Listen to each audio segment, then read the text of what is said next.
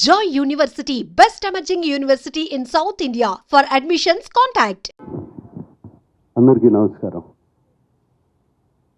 శేఖర్, ఇది ఎన్నో success meet? ఇది వరుసగా సక్సెస్ మీట్లే కదా మీకు.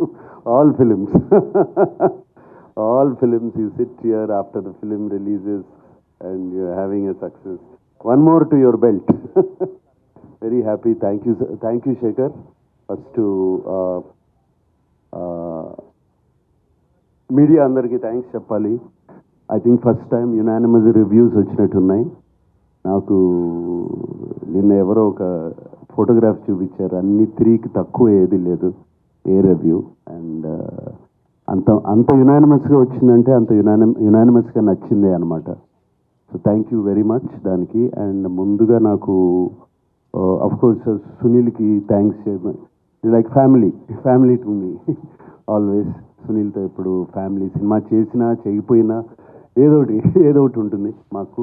బట్ శేఖర్తో నాకు ఎప్పటి నుంచో సినిమా చేయాలని ఉంది.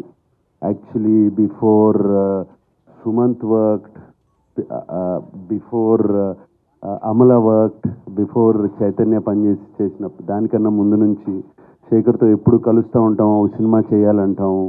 అండ్ శేఖర్ నాకు బాగా గుర్తు, నీతో ఒక స్టైలిష్ సినిమా చేయాలి, చార్మింగ్ సినిమా చేయాలని అనేవాడు.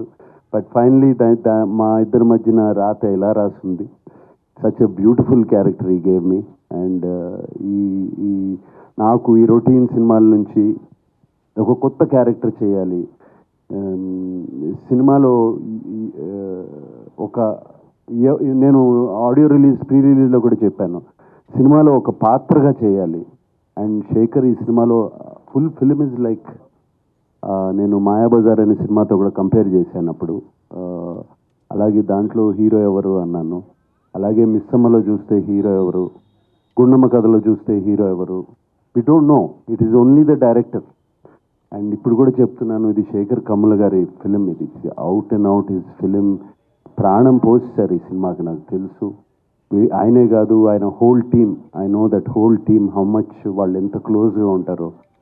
And Shekhar fantastic character. And thank you very much. నా గురించి ఆలోచించారు. And waiting for the next film again to do with you. అది మీరు కెరీర్లో అద్భుతమైన పాత్రలు చేశారు. That is the reason you could continue for so long in the career. ఈ సినిమాలో నాగార్జున గారు కాదు. అండ్ స్లైట్లీ హీరోయిజం ఉన్న క్యారెక్టర్ కూడా కాదు. చిన్న విలనిష్ టచ్ ఉంటుంది ఫిల్మ్లో. తర్వాత మళ్ళీ గిల్టీ క్యారెక్టర్ కింద టర్న్ అవుతుంది. లాస్ట్ ఫైనల్గా సాక్రిఫైజింగ్ రోల్గా ఎండ్ అయింది సినిమాలో. మీరు ప్రధానంగా ఈ క్యారెక్టర్ని ఎంచుకోవడానికి కారణం ఏంటి? What is your personal experience as an actor he's done N number of characters in the career? ప్రధానంగా ఈ క్యారెక్టర్ని ఎంచుకోవడానికి కారణం శేఖర్ కమ్ములనే. ఆయనతో పనిచేయాలి, ఆయన మీద ఉన్న నమ్మకం. ఎందుకంటే ఆయన సినిమాలు అన్నీ చూశాను, almost everything I have seen. ఆయన క్యారెక్టర్స్ని ఎంత బాగా జస్టిఫై చేస్తారో తెలుసు. ఈ కథ విన్నగానే నాకు అనిపించింది నాది మెయిన్ క్యారెక్టర్ అని. ఎవ్రీబడి నా చుట్టూ తిరుగుతున్నారని, స్టార్టింగ్ నుంచి ఎండ్ వరకు. మేబీ స్క్రీన్ స్పేస్ ఇంకోళ్ళకి ఎక్కువ ఉండొచ్చు, but that is not the criteria. నాకు ఈ కథ వినగానే this is Deepak's film from start to ending, కథ విన్నగానే. అండ్ శేఖర్ చెప్పినప్పుడు కూడా అలాగే చెప్పాడు నాకు. ఈ క్యారెక్టర్ ఆర్క్ చాలా బాగుంది. సో నాకు అది బాగా నచ్చింది. ఇప్పుడు జిమ్ సౌరభ్ గారి arc, gym Saurabh did a fantastic job. But is arc ఒకటే వెళ్తుంది. అలాగే ధనుష్ గారిది ఇట్స్ ఓన్లీ 2. హోమ్లెస్, అక్కడ నుంచి ఎడ్యుకేట్ అవడం, మైండ్లో ఒక గిల్ట్ కాంప్లెక్స్ కానీ ఇది కానీ ఇది సాక్రిఫైజింగ్ కాంప్లెక్స్ కానీ ఏమీ లేదు.